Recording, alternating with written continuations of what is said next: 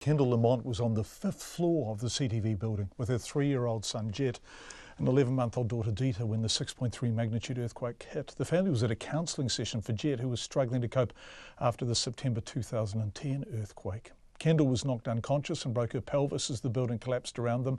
Miraculously, they all survived. She told me earlier she's haunted every day and she's shocked and upset there will be no prosecutions. So I just assumed that it would be a different outcome where someone would be held accountable.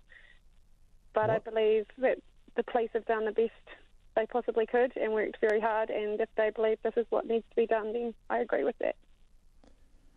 You know better than anyone, really, what that building was like.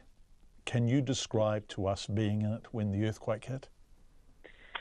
I don't remember all of it. I was knocked out. But just the sheer fact of having the children with me and us all surviving was such a miracle. But to go through that with the children was also a horrific event. We were trapped. I'd been knocked out. The kids were awake. I woke up and realised that we had no physical way of getting out of the building, even though the smoke was starting to engulf us, as we were right near the stairwell above the fire. So my thought then was that we were not going to make it out.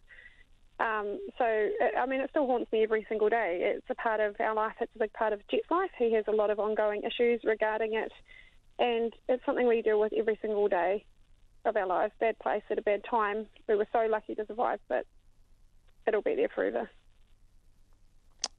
That building should never have been built. And correct. And the Royal Commission was explicit about that, and the police have been explicit about it again today. It simply wasn't safe. It was barely a building at all, and you know because you were in it when it collapsed. 115 people have died. It was, as you say, a miracle that the three of you survived, and no one has been prosecuted for that.